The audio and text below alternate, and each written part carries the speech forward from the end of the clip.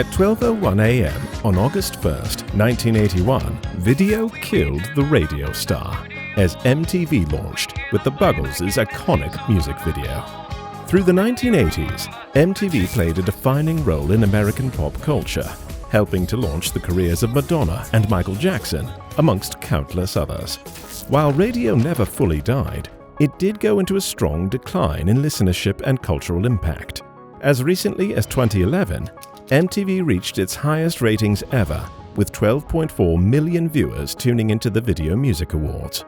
Only 10 years later, VMA viewership fell to under 1 million. Today, MTV languishes in irrelevancy. After years of decline, in 2023, digital video, with YouTube as the dominant platform, for the first time surpassed television viewing. As a newer song predicted, Internet killed the video star. How did we get here? Let's go back to the beginning of radio.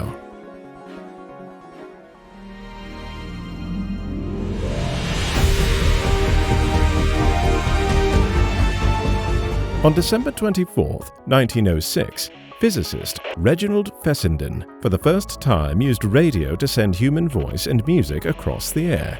Demand for this life-changing technology grew rapidly. In 1923, only 1% of American households owned a radio, but only 14 years later, the radio was in 75% of American homes. The golden age of radio peaked in the 1940s, with families gathering around the radio to listen to live dramas, comedy, and music. But by 1955, the golden age was over, and television had become dominant in American homes. What happened? Creative destruction.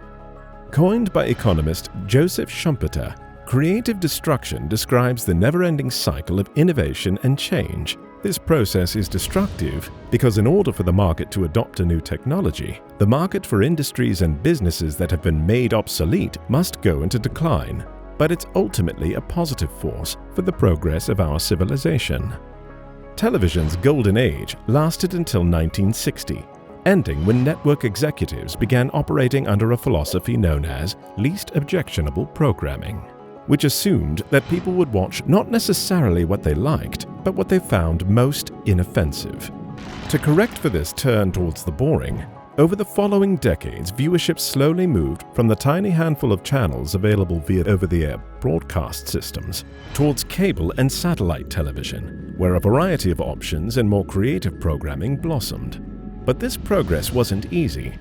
While in 1960, only 650,000 Americans subscribed to cable television, that was enough to scare the television networks, who asked the government to impose restrictions on cable companies. In 1962, the government did, limiting cable distribution to areas not being broadcast to by the major networks. Consumers were not happy. And in the 1970s, following public pressure and a major lawsuit from HBO, the government relented and ended the regulations stifling cable and satellite. In this new deregulated market, cable subscriptions grow from 10 million in 1975 to 40 million in 1985. More diverse content flourished in this environment. ESPN provided a channel dedicated to sports, CNN to news. There was cartoons and comedy, and prestige shows to rival Oscar-winning movies, and, of course, MTV. Cable and satellite TV subscriptions peaked in 2010, with 105 million US households subscribing, dropping every year since.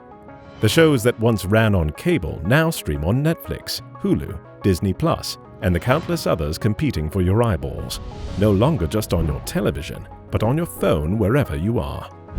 YouTube has grown from its modest origins in 2005 to the world's second-largest search engine and brought the number of channels available from the hundreds in the cable era to the hundreds of millions. But the current era of YouTube and Netflix's dominance isn't likely to last forever, as neither radio nor television did before it. TikTok is growing fast with over 1 billion users, forcing YouTube and others to compete with their own short-form content platforms. Beyond Now is not exempt from these market forces, so don't forget to subscribe to our channel so you don't miss our own shorts. Video in general may not be dominant forever, just as audio wasn't. Interactivity may be the medium of the future, the global video game market is projected to grow from today's $282 billion to $666 billion by 2030.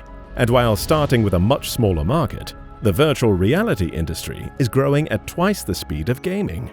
Don't worry though, Beyond Now has you covered on that topic too, with a whole video explaining the virtual worlds we may entertain ourselves in someday. With the pattern of creative destruction on our side, the future of entertainment is exciting. Short of civilization's collapse, there will always be something new and exciting to watch, listen to, or play. So sit back, relax, and enjoy the show. What do you want the future of your leisure time to look like? And what do you miss from older eras of entertainment? Join the conversation and predict the future with us down in the comments. At Beyond Now, we seek to help humanity learn from our past and prepare for our future by studying the subjects that can allow our species to advance. In addition to liking, commenting, and subscribing, we hope you'll also consider supporting Beyond Now by becoming a patron and part of our community of learners and thinkers.